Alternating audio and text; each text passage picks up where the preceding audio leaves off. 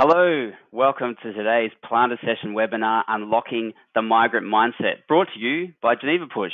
Now, my name is Ben McKeck and I'm going to be your moderator today. Now, throughout our session, we're going to encourage you to interact with our speakers. Now, you can do that by typing questions into the question pane. Makes sense, right? We're going to be answering questions live straight after the initial interview. So make sure you get all your questions in really early and we'll get them through to our panelists. Also, we're recording today's session. And we're going to make the link to the video that we've produced, we're going to make that available within the next 48 hours. We'll let you know all about that by email. Now, before we get underway today, we'd really like to thank EA Insurance for making this webinar possible. If you haven't sorted out the insurance side of church planning yet, then we'd recommend you start with a chat with EA. They can help you sort out everything from public liability to building, property and contents insurance, as well as let you know about the issues you haven't even thought of yet. So head to ea.org.au for much more information. Okay, now over to our host. Today our host is Scott Sanders. He's the General Manager of Geneva Push. He's the kind of guy that, be it theological or technical, be it assessment or administration, Scott's involved with everything at Geneva Push. Also, he's a pretty top bloke. So, Scott, I'm going to throw to you so you can introduce us to our very special guest today. Over to you, Scott. Thanks, Ben. Well, it's great to have Peter here today. For those of you who don't know much about Peter, Peter Coe is the planting and lead pastor of Southwest CCC Kingsgrove. It's a church that was planted to reach the large Chinese population in the St George and Canterbury region of Sydney. He's a board member of RICE, which is an evangelistic inter-church youth movement, the founder of RICE Regenerate, which is specifically for young adults and workers, and RICE China, partnering with churches and NGOs in China, which is sort of kicked off in the last few years. In 2015, he is going to be leading a new multicultural plant in Bankstown that's going to be seeking to reach the large migrant, so that's Vietnamese, Chinese and Lebanese population in that part of Sydney City. Peter was born in Taiwan, speaks fluent Mandarin. His family is multicultural though. He's married to Karen, an Anglo born in the northern suburbs of Sydney. And their 4 children are wonderfully Eurasian. Peter, it's great to have you here, and I'd love for us all to get to know you a little bit more. So can we kick things off by getting just an outline of your experience in migrant ministry? Yeah. Well, firstly, I'm a migrant myself, so I'm not Australian born. I came when I was 9 years old, which puts me in between a first and second generation migrant. We call ourselves the kind of 1.5ers. That has a unique set of experiences. The first church experience I've had in Australia has been with a Chinese church. So that's a church I grew up in, Milsons Point Chinese Christian Church, and it's a church I went back to serve at when I graduated from Bible College in 2005. And it's a church that we planted out of as a mother-daughter plant back in 2009. And so really, the majority of my church experience has been with migrant churches. So except the 2 years of MTS with Christians in the media and 4 years of student ministry with other churches, other than those years, really all of my church experience has been with migrant churches. And particularly as we've planted in the southwest of Sydney, given that there are lots of other churches in the St George and Canterbury area, what we were asked to especially focus on was the Chinese migrant community, especially in and around the Hurstville, Beverly Hills area, and that's how we were invited to come and plant, and that's what we did. So, and even now, as we think about multicultural planting in Bankstown, it's still very much towards migrant communities. So I don't think I'll ever see my role, I don't know, God may change that, but I don't think my role will particularly be about reaching the home cultures as much as reaching those who've come to our shores, which, you know, in the scope of Greater Sydney is a huge percentage, especially in places like Southwest Sydney. So I think that's kind of, I've begun to see that's kind of where God has carved out my gifts and my niche, and I'm pretty happy with that. Great. Well, last time we talked, we discussed the various traps for ethnic plants. We'll make sure we put a link up to that webinar for those who are listening. One of the major issues of establishing any ministry to migrants, though, has to be understanding them as a culture. What are your thoughts on that? Yeah, I think that's vital, although it's complicated because migrants fall into many separate cultures. And even within an ethnicity, there are perhaps separate subcultures. You take the Chinese, for example. The Chinese come from many parts of Asia, East Asia, Southeast Asia, and there's even Chinese in places like Fiji. And the Chinese diaspora means that every subgroup of Chinese who migrate to Australia are going to take on their own characteristics. But there are things I think that are in common with the migrant experience. And so understanding some of those commonalities without oversimplification and reductionism, and without overgeneralizing, so kind of holding those two things in tension becomes really helpful. I think for those who've always been host culture, home culture, majority culture, I think you don't realize how difficult or how peculiar the migrant experience has been. But those who are migrants of whatever shade, even if you're third or fourth generation, and born in Australia, there are things that you just almost tacitly understand because you're part of a minority culture. And I find that even with the distinct differences between different migrant cultures, there are enough commonalities that, I remember going to Peter Lynn's church when it was out at Fairfield, St. Barnabas, and I felt much more connected with the Lebs and the Egyptians and the Wogs than I did at a church that was primarily white Anglo. And even though in the past I'd had very little to do with Middle Eastern and Mediterranean cultures, but we were all migrant cultures, and so you just had that commonality. I think if you're a host culture and if you're a church planter that has only known kind of majority culture ministry, you have to work even harder, I think, at understanding the kind of mindset that goes with being migrants. So migrants are not homogeneous, but they're obviously sort of similar stages that migrants face. Be they from Lebanon or mainland China or Hong Kong. Can you tell us a bit about that?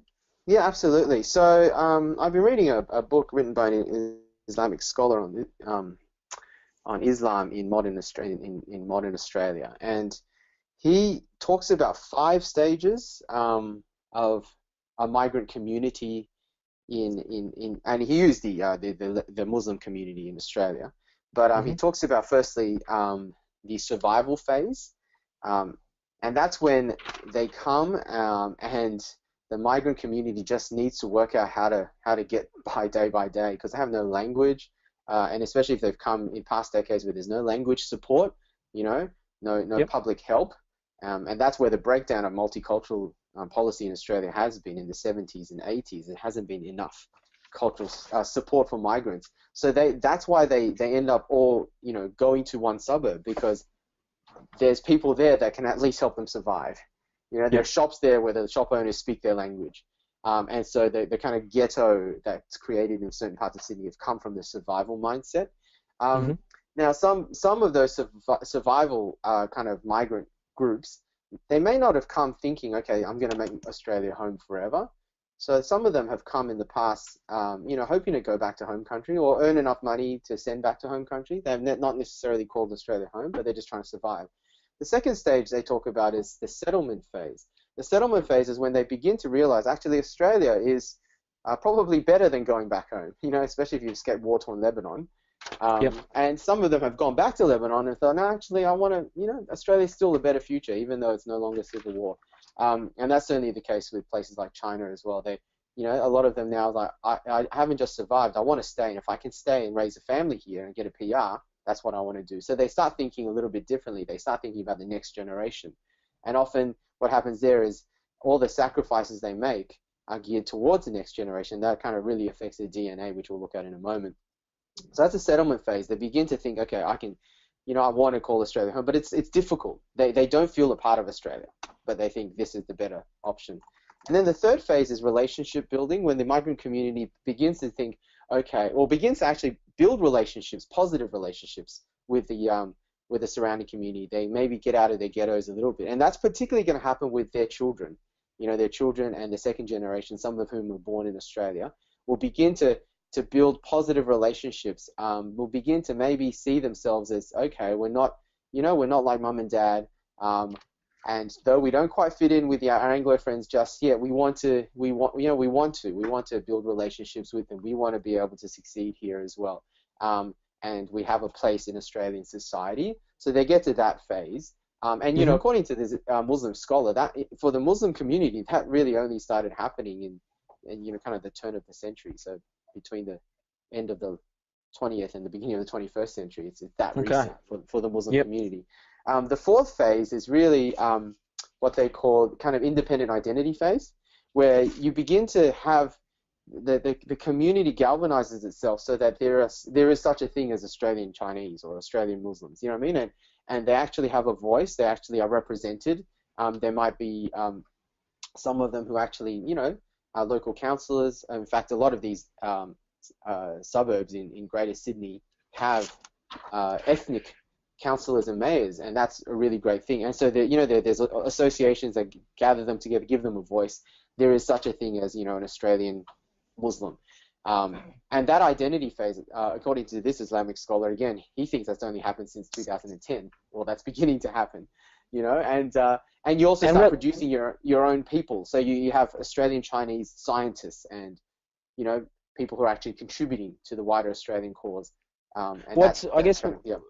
What's interesting as well, probably in Australian migrant culture, you probably understand this more in the Chinese world, is that this stage can happen obviously in waves of migration as well. Absolutely. Yeah. The Chinese migration has been over the last since the gold rush really, and that's gone through, and so every group that's migrated for different reasons, whether it's the initial gold rush from South China, or the people coming from Hong Kong in the 70s and 80s because of the Hong Kong handover, or in more recent decades, students from China and people from China, they all take on, they all kind of go through those phases, although some of those phases get shortcut a little bit because there's already a Chinese community in Australia. So, and then they also take on their own distinct, what does it mean to be a Chinese Australian? Well, if you go to any Chinese church, the Hong Kong Cantonese speaking Chinese Australians are quite different to the Mandarin speaking Chinese Australians, because they come from so they have independent identity separately too. So they're not easily lumped together. So that's kind of the fourth phase. The fifth phase is something that a lot of communities haven't reached yet, which is the international interdependence phase. That's when they see that, okay, what happens is that the community is able to now be so galvanized and in a sense have a certain amount of profile and expertise that it's actually benefiting home country. It's reversing back into benefiting Chinese in China. There's Chinese Australians actually able to have a synergy of developing Chinese advancement all over the world. So that's sort of still in the future for most migrant communities in Australia. So that's really helpful, Peter. Really helpful to understand those 5 phases. So survival phase, settlement phase, creating identity phase, the independent identity phase, and then the internationalization phase. I wonder if you could help us think then. How do you go about actually understanding a particular migrant culture? How have you gone about with your launch team at the moment to understand more the Bankstown identity or the Bankstown region? I think on that front, Tim Keller's stuff, both from his church planting manual, the Redeemer stuff, as well as Centered Church, has been really insightful, because he talks about ethnographic research, which essentially is getting out there and talking to key people within a community that you're trying to reach, and finding out not just what they do and what they're like, but trying to get deeper. Trying to figure out what are the things that are driving what they do. So he includes things like, walk around the neighborhood and look at what graffiti's on the walls. Look at the state of houses. Are they big houses? Do they have front yards? Do they have backyards? Go to schools, talk to school principals. Go to the police and talk to them. Go to talk to the average person on the street. So you do your ethnographic research. And so with our launch team, a few months ago, we did that. and I just sent people out to talk to various segments of Bankstown community, as well as do walking tours of Bankstown. Some of them are local, so it was very easy for them to do that. They already know what the community is like. But I wanted them to analyze a little bit deeper and get behind, what they observe or what they read on the news, trying to get at what makes even though, Bankstown is represented by a number of subcultures, but what makes them tick? Are there any common threads we can discern? That's a good start, I think. Yeah. Yep. So what did you discover about migrants moving then into Bankstown? Yeah. Okay. So I've got a few slides. So maybe Ben can take us through the next few slides. What we've done is we have this is a kind of a template that I came up with, and feel free to beg, borrow, or steal. Just feel free to steal. But I want to kind of group, the biggest grouping I think is the DNA. So what are some of the kind of the things that are behind that kind of the bigger kind of headings that we can put them under. But the one that I think is very interesting is a narrative one. So narratives are what kind of stories do they use to make sense of things, and what stories lie behind some of the symptoms. So if you look at the first slide, the narrative behind the symptoms of, we find a lot of people have long working hours, and often means that weekends are very difficult. And some of the symptoms is kind of boasting and bragging. So we've just got a lot of houses that, are really ostentatious, because if they've made it as migrants, they want to show it. Yeah. So we wanted to go behind that. What's the narrative behind that? Well, one of the narratives is you work hard and you can build something from nothing, which actually is a very migrant sort of DNA. But then behind the narrative, we want to go a little bit deeper and say, okay, what idols? What are the idols that they are serving? And security, the idols of respect, for example. And then we kind of want to talk about, well, how does that present obstacles of evangelism? So because they work long, and they need to work on weekends, they won't prioritize church because they want to show off, with cars and houses. They'll be materialistic, and that's hard when you're kind of talking about a kingdom that's not of this world. And then we want to look at how the gospel addresses that. So we want to have a positive interaction. So we want to talk about how Christ is their security. It's more blessed to give than receive. If you keep moving these slides. So Peter, you're using these I guess these DNA sheets to not only understand the culture, but also to train and equip your church to better, present the gospel, to better explain the gospel to, Yes. each particular group. Is that? Yeah. Yeah, exactly that. And it's for me as well. As I preach, I want to be keeping these things in mind, because I think one of the things again that Keller does extremely well with his New York kind of constituents is he identifies the idols in their dominant narratives and he addresses them with the gospel. And I want to do that. I think that's what people will say is relevant preaching, is preaching that actually hits them where it hurts, and where the gospel needs to actually fill some of their gaps or their idolatry. So if you keep going, the next slide as well. So that the first few slides are migrant DNAs, and again we'll make this available so people can have a look at it a little bit. And so are you picking up their particular particular subcultures of the migrants? So is one there more Arabic, Lebanese? Yeah, strangely enough, the migrant one, the three we've identified. So the work hard, you can build something from nothing narrative, the make sacrifices for the next generation narrative, the family and ethnic community are the only people you can count on in a foreign country narrative. They're common.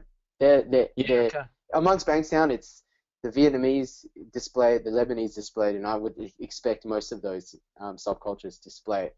It's probably less common so that the third one, your family and ethnic community are the only people you can really count on in a foreign country. That's probably, as a migrant community gets settled in Australia and builds a relationship, has its own identity, that becomes diluted because they don't feel that mistrust of government, and whereas the Lebanese and Vietnamese are classic because you've got this is sort of one of the sources of the gang problems. is if you watch a couple of SBS documentaries on both of them, Once Upon a Time in Cabramatta, Once Upon a Time in Punchbowl, you'll realize that a lot of the gangs have started because the communities just don't trust police. Yep. So where does that come from? It's because they can only trust each other. That's part of the survival phase, if you think about it. You know, in the survival phase, they had no one to count on except themselves. So that's the first DNA. If you keep going to the next few slides, I'll just show you that there are at least 3 other DNAs. So the other DNA we found was the family DNA that expresses itself in a couple of further narratives. So know your roots, don't forget your culture. The next one, next slide, is your successes and failures reflect on your family, is honor shame. That's again very common with a lot of cultures that have migrated to Australia, the honor shame culture. Yep. And then the next DNA we have is religious, and that is particularly for Eastern religions.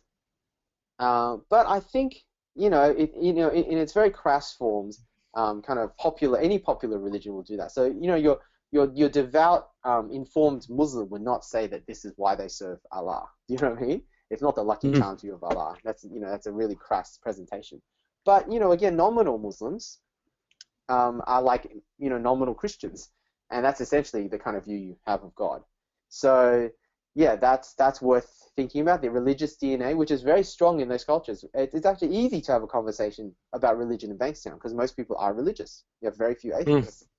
And then the last DNA we found was very interesting, is also recognizing in a suburb like Bankstown, Western. Now, there's enough Western DNA that has crept into these cultures because they've been around for long enough. And so there's sort of, in Bankstown, you've got narratives in tension, especially with the second generation. And this will account for a lot of the family strife. And again, this accounts for gangs, because while the parents don't want their kids in gangs, the kids feel like, well, I've got a home culture that doesn't understand me, and I've got a dominant culture, this Aussie culture, that doesn't understand me, and we understand each other because there's DNA's in tension. But the Western one is increasingly, again, this will be stronger and stronger with migrant cultures that have been around for longer. And that's very helpful to identify as well. And that's a good thing to see as well, because we're not just talking about migrant DNAs that are affecting idolatry and so on and need to be addressed by the gospel. This is the dominant culture's DNA and narratives. And Peter, I guess what's interesting about Bankstown as well is that it's a suburb that's in transition and lots of change, and it sounds like that's going to continue to be the landscape there, probably for the next 50, 60, 100 years. I mean, I know, going back 30 years, you would have had a lot of working class Anglos, but you also have a lot of Italian and Greek migrants. Now, my understanding is there's not a lot of Italian and Greek migrants there anymore, so you've almost had it's become a place where migrants come and feel safe, and has been able to transition through the migrant cultures as well over 2 or 3 generations. Is that what you're seeing in Bankstown as well? Yes, and probably what will happen, as with a lot of outer suburbs in Sydney, is just because of the sheer numbers of Chinese coming into and them buying property, probably Bankstown, like other suburbs, will may become increasingly Asian, and not just Vietnamese Asian, but Chinese Asian. Suburbs like Cabramatta experience. Bankstown already, Bankstown is nearly 10% Chinese. So that's still a significant number. It's a tipping point culturally. Yeah, that's right. So I think, just given the patterns of where Chinese are buying property, there's a good chance that, the southwest parts of Sydney, especially if it becomes more affluent, more kind of attractive, and schools improve, then often other cultures will move in. What's interesting is it doesn't seem like what happens is that the Anglo cultures become dominant again. So I think, if anything, they become shifting between migrant groups. And you can say that with Hurstville, you can say that probably with Bankstown as well. It was one migrant group now shifting to other migrant groups. It's been a long time since the Anglo dominant culture, host culture, has been the dominant group in those suburbs. And maybe things will change in the future, but it seems like it's still the pattern is that these are becoming, I mean, the shift is going to be from one migrant culture to another. Well, I guess shifting from not only just understanding the culture, but how do we actually present the gospel to a migrant culture, and helpfully, what are some of the barriers to evangelism that you've seen, just in general in your work in Hurstville and your work also in Bankstown? Yeah, I think the barriers to evangelism, I mean, the ethnographic research and the kind of analyzing DNA in idols, part of one of the categories is how does that present obstacles for evangelism? So I think that's probably the first thing, is just to recognize that, for example, long working hours means that people aren't just going to be committed to church. If you've come from other things, like if you've come from an atheist country like China, then, just even believing in God is a huge thing. So you've got to start with a lot of migrant cultures. You got to start with zero understanding of the gospel. You can't bank on people having had even nominal church experience, which I think is helpful for us to remember, even if we're not ministering to migrant cultures, because I think increasingly Australia is that secular. They talk about in the Billy Graham era, you used to be able to put on a rally and people could come, hear the gospel, and turn to Jesus, genuinely so. But at least from a human point of view, that's becoming less and less the way it happens. And one of the reasons is because Australia is becoming more and more secular. And so they haven't heard the gospel even in other forms, have any contact previous to the evangelistic rally. It takes a lot more than one rally to kind of pick up all these people. And I think that's certainly the case with migrant cultures, is you can't just expect someone to come hear the gospel once, or for you to share the gospel with them once. I mean, generally speaking, that's not going to be it. You're going to have to, build a lot of bridges. So I think some of those obstacles, just from the fact that they are less church exposed and they come from cultures that are very, very foreign to a Western Judeo-Christian mindset. But yeah, and then there are just other things that have to do with their idolatry that will prevent them from, the honor-shame thing, not converting because of, or not even being willing to consider Christianity because it's just not what Muslims do, or it's just not what Buddhists do. That's a huge thing, and then you have to figure out how to overcome some of those cultural resistance. But then the other part is just on the ground for kind of ministry and evangelism. We found that that bridging cultures is a huge thing, because again, they need to feel a sense of belonging. And if the one-off evangelistic sort of rally is not the way they become Christians, but actually through community, and that's kind of a big DNA for them, then how do you create community for people of a different migrant culture when you're not part of that migrant culture? That's a really challenging thing. Now, my thinking is, and I think it's generally proven to be true in missionary organizations, is if you can find people who are half a cultural step away, it's easier to create community than people who are a whole cultural step away. And so while, the Chinese migrants are very different to Vietnamese migrants, they're only half a cultural step away. And so we as a predominantly Chinese church feel like with enough Vietnamese people as part of our core team, we can probably, humanly speaking, successfully reach the Vietnamese in Bankstown. Now, what we don't have are enough, any Lebanese and Middle Eastern people as a part of our launch team. And so we recognize that that'll be a big challenge for us to, create a evangelistic strategy that will work. I mean, one-on-one evangelism, certain we can, go out in the street and talk to a Lebanese person about Jesus. But for them to come to a church community where they feel like, okay, I'm part of this and I'm accepted and I want to learn in this community and establish friendships. If they're the only one, it's a lot harder. So we recognize some of the limitations. And in terms of the core team God has provided and the launch team God has provided, it's pretty Asian and with Anglos, but not any Lebanese and Middle Eastern people. Which, if we had an Egyptian person, even though they're not Lebanese, that'll already be a half cultural step. Any Arabic culture would be easier to reach the Lebanese. So that's kind of what we want to be praying and hoping for, and trying to capitalize on. If we meet one person who's a Christian who wants to be part of us, who's Arabic, we would be jumping all over them and saying how important they are to us. Now, Peter, so I think you've got to recognize some of the those barriers to evangelism in church planting is sometimes you just have to work with what you've got while you're trying to open up doors that currently maybe you haven't got the resources to open. Now, Peter, we're going to take questions soon from the audience.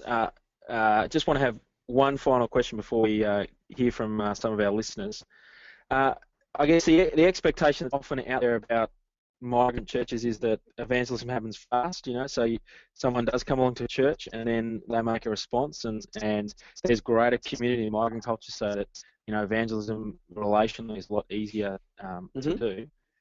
Can you help us understand that? Is that a reasonable expectation? What's been your understanding just at Kingsgrove CCC? Yeah, at Kingsgrove we found that it's certainly easier to talk about Jesus, to get them to come to church, even keep coming to church as non-Christians and read the Bible, than probably with a non-migrant group. In terms of conversion, though, I think I've discovered that because they're coming from a completely unchristianly influenced culture, that actually sometimes conversion, what we would call conversion, happens in lots of steps that might be quite a few steps in between. And a lot of people from China experience this, I think, is they have an intellectual conversion, but maybe not what we would call a born-again experience of Jesus until much later. And some of them have the intellectual conversion, want to get baptized, but there's just all sorts of disconnects in their lives. And it takes years sometimes to overcome that. And really when you can confidently say, yes, this person's a born-again Christian. So I think we've got to recognize that, while we want to say, and so it depends on how you look at statistics. If you're looking, okay, people wanting to come to church, hear about Jesus, even get baptized, I think, the take-up is much quicker. If you're looking at making disciples, I think that's probably just like any other work. Do you know what I mean? Yep. And I think it's the latter we should be looking for. How do you make disciples? And so if that's the case, then you're looking for people who aren't just going to make a quick commitment. You want people who are going to follow Jesus and understand what that actually looks like and genuinely be converted in terms of heart transformation. That takes years, just as long as it does with any other group. Great. Well, that's helpful. I think having the right expectations when you plan a church is important, and it's important for the whole church to realise that it takes, as you say, a long time sometimes for someone to become a disciple, to not just know it intellectually, but to know Jesus relationally. Well, we've got our first question, Peter. Thanks for giving us a really good foundation from which to sort of move from. Our first question comes from Brent. Peter mentioned honour and shame several times. Can he explain what that looks like in migrant cultures in Australia? What can be said or done to address the issue of honour and shame from a Christian standpoint? Okay, yeah, that's a huge can of worms. I mean, as in it's a huge topic. I can talk about it more in terms of the Chinese community, and I think a bloke called Andrew Hong's done a lot of good blogging about that. If you look up andrewhong.net and kind of just look up some of the stuff he writes about face, the Chinese concept of face, I think is really helpful. It probably does apply, at least broadly, to other cultures as well. But essentially, honor and shame means that your view of what's right and wrong is more tied towards how people perceive you, and you is not just an individual you, because that's individual you is a very Western kind of concept, but you in terms of your family and your name. So it's very so there are things that you can do that will bring shame or help, or in the Chinese term to lose face, and there are distinctions in between. Like something that is shameful is not necessarily just something that causes you to lose face. There's in Chinese culture, there's a couple of different nuances to face. There's a type of face that you can lose, as well as the type of face that you can that you will kind of be cast into a sort of really almost irreversible shaming. So it can be then lots of different things that they can do or can be done to them that will cause them to lose face. I'll give you an example. In a Bible study group, why is it that the Asian guys don't speak up, or the Chinese kids don't speak up? It's because if they give the wrong answer, it's a loss of face. All right. So how do you, and that's why they will actually say things to you that they may not mean. Now you think, well, that's just lying, when you say, hey, come and read the Bible with me next week, and they'll say, okay, and then they'll bail on you. And you think, well, you've just lied to me. We made an appointment. And no, they just didn't want to lose face. Yep. And they didn't want you to lose face, so they say yes to everything. So how do you get behind that and understand what they're actually trying to say? Do you know what I mean? Mm-hmm. So that's a cultural thing. And I think it's important for us not to apply our cultural grid on that and say, okay, well, punctuality and, being true to your word, that's the only way of tackling that. I think the more kind of sophisticated gospel way of addressing it is getting behind it and saying, okay, what's going on here? The face thing, when it's unhelpful. There are some really good things about unashamed cultures. In fact, the culture Jesus came from is much more unashamed than we care to recognize. But if you understand that and you say, okay, well, what is it that at the heart of it that's idolatrous, the gospel addresses? It may be a desire to win approval and respect from people rather than from God. And I think addressing those idols are much more fruitful than addressing the symptoms when it comes to honor shame issues. So that's how I'd go about it. Yeah, but first understand it. Yeah. We've got a question from Grant that might be a helpful follow up to that one.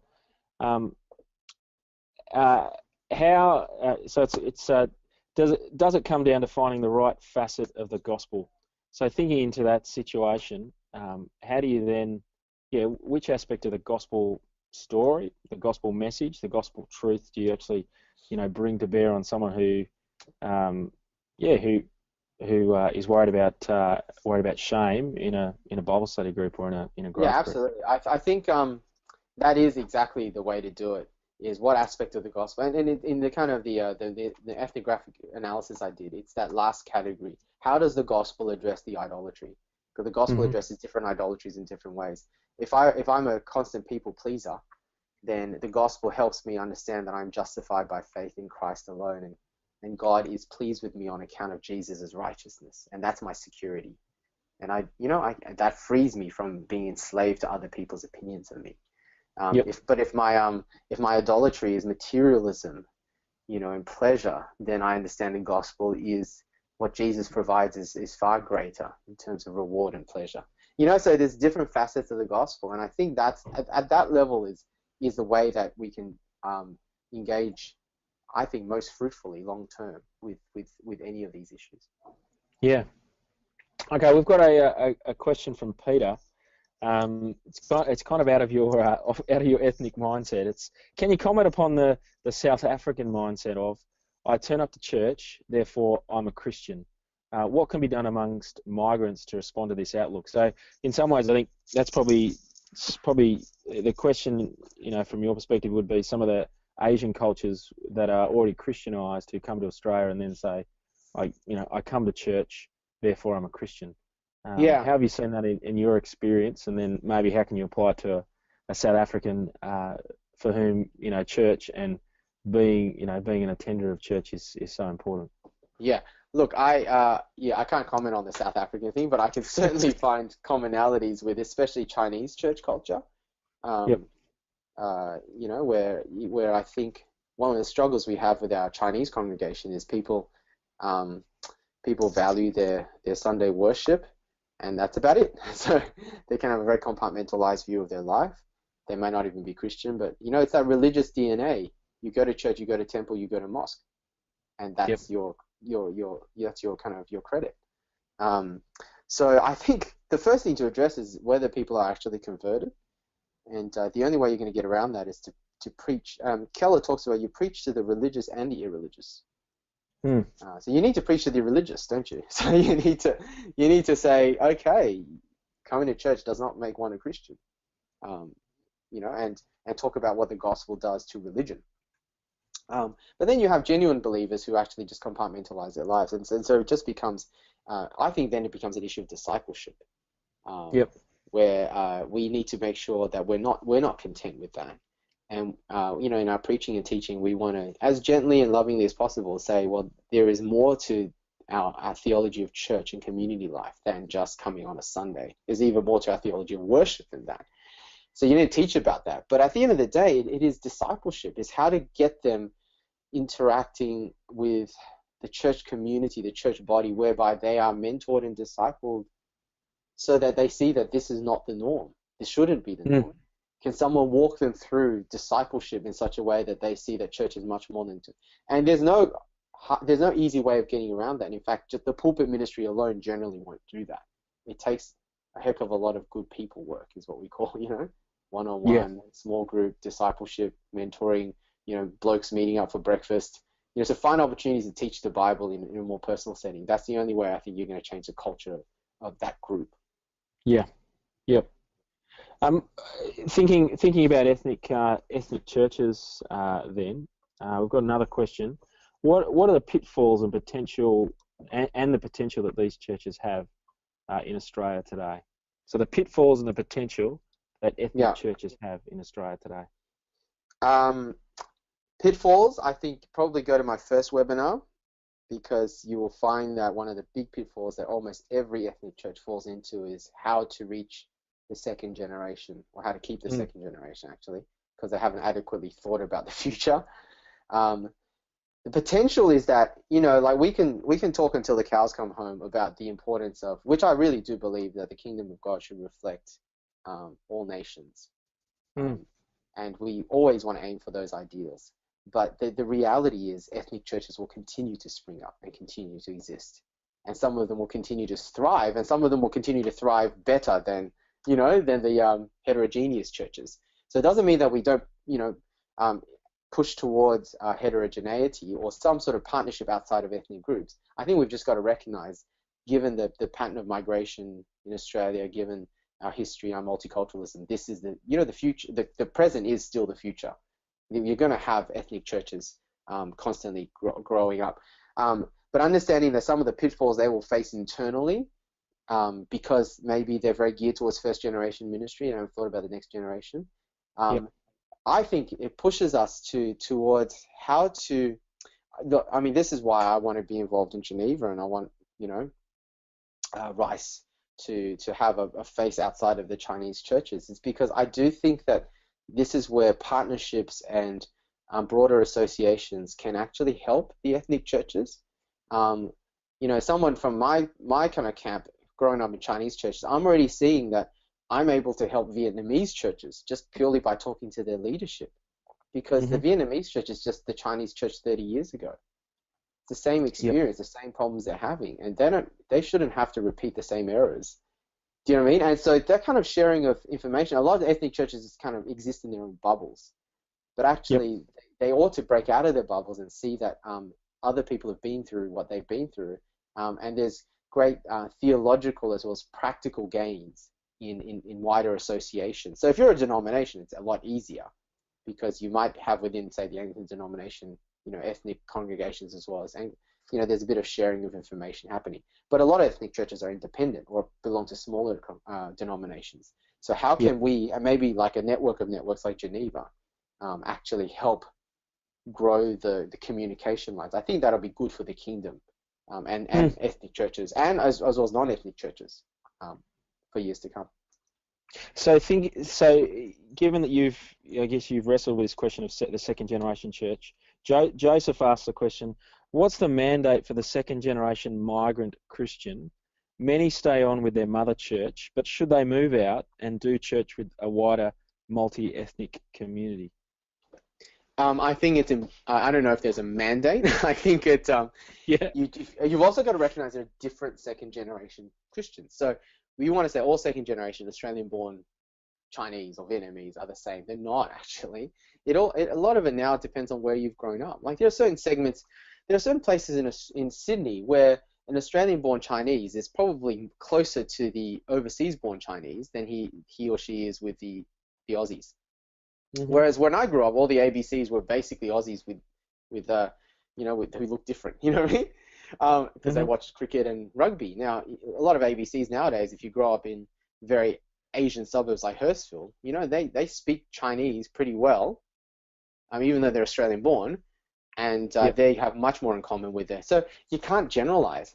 I think you'd have to say there are going to be some second generation who are going to be really suited towards investing and growing the kingdom in multicultural second generation type churches, or even just their suburban Anglo church. and that will benefit their church as well as the kingdom in ways, because it just creates this diversity, right? Or allows you to reach other second generation, multicultural generation kind of communities.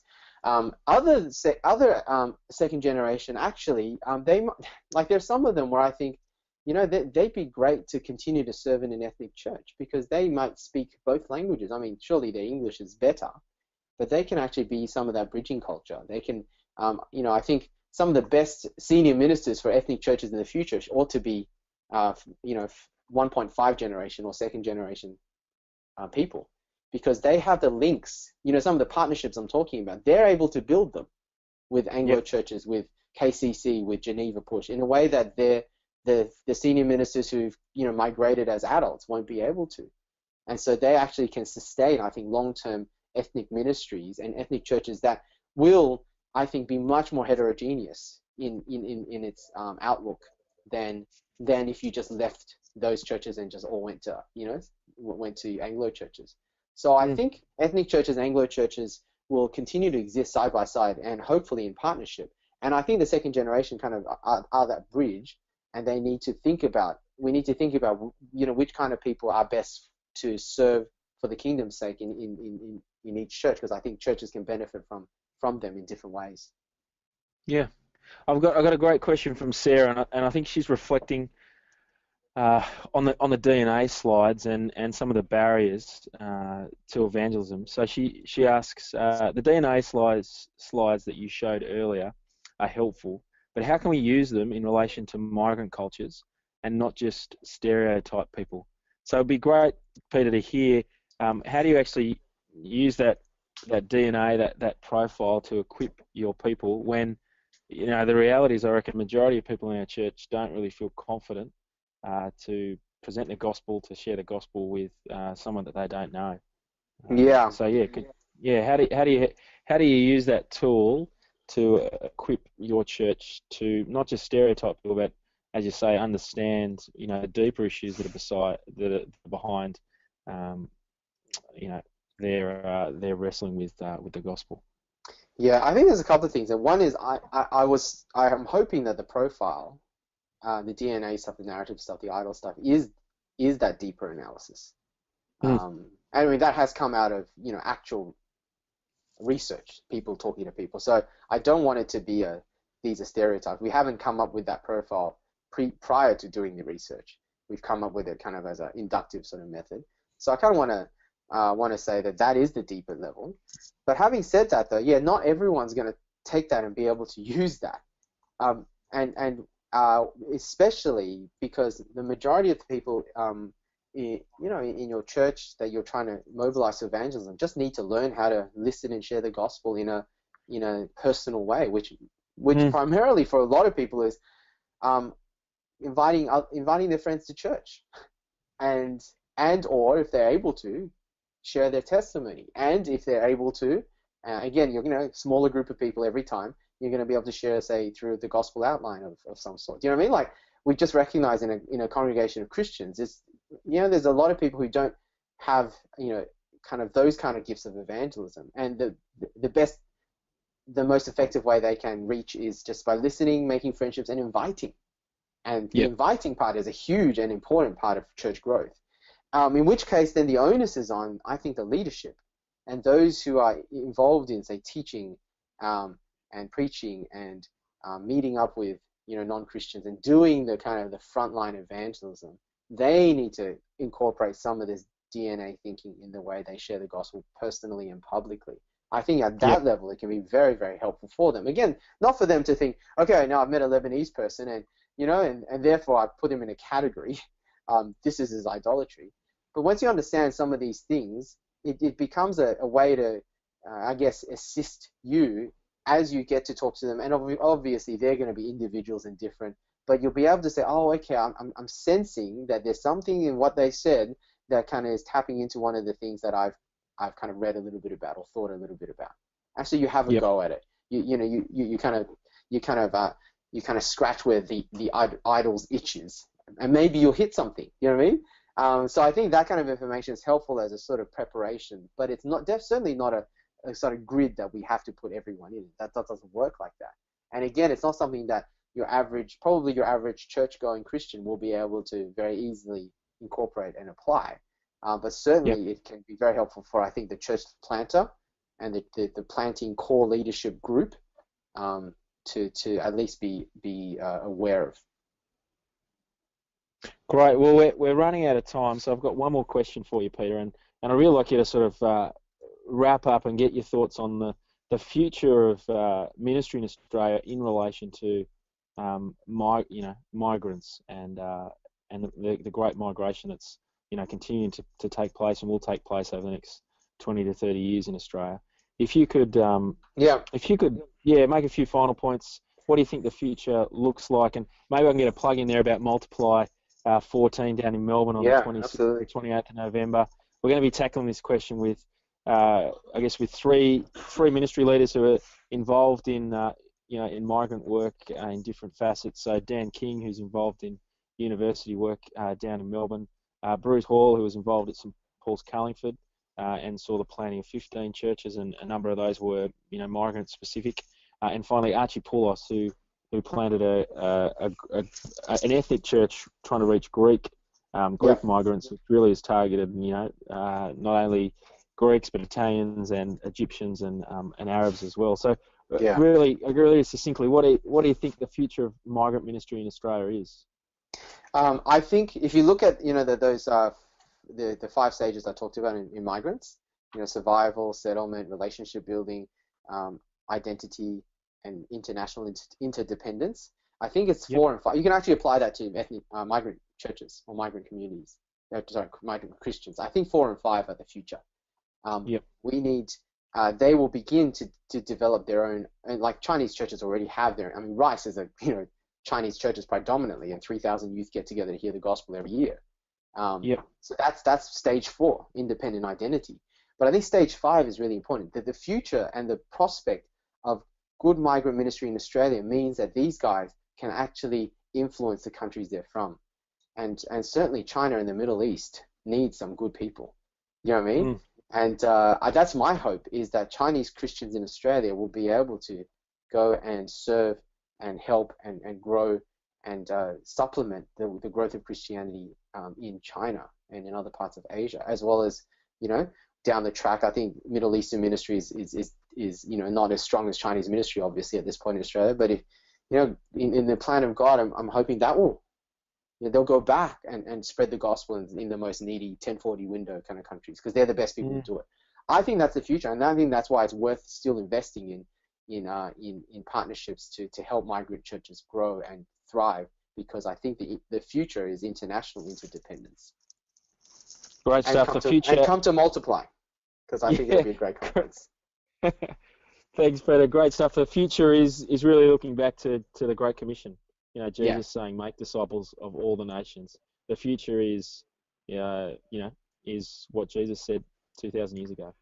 Absolutely. Well, great stuff, Peter. As always, it's always interesting hearing you think into to church, and specifically ethnic church. Really thankful for the way that God's equipped you, with your knowledge, with the skills, with the opportunities you have. So I'm going to hand it back to Ben. Thank you very much, gentlemen. Wow, great conversation on unlocking the migrant mindset today. I hope you've benefited as much from today's planning session as I know I have. Now, look, before we sign off, I'm just going to point you to a major Geneva Push event that's going on.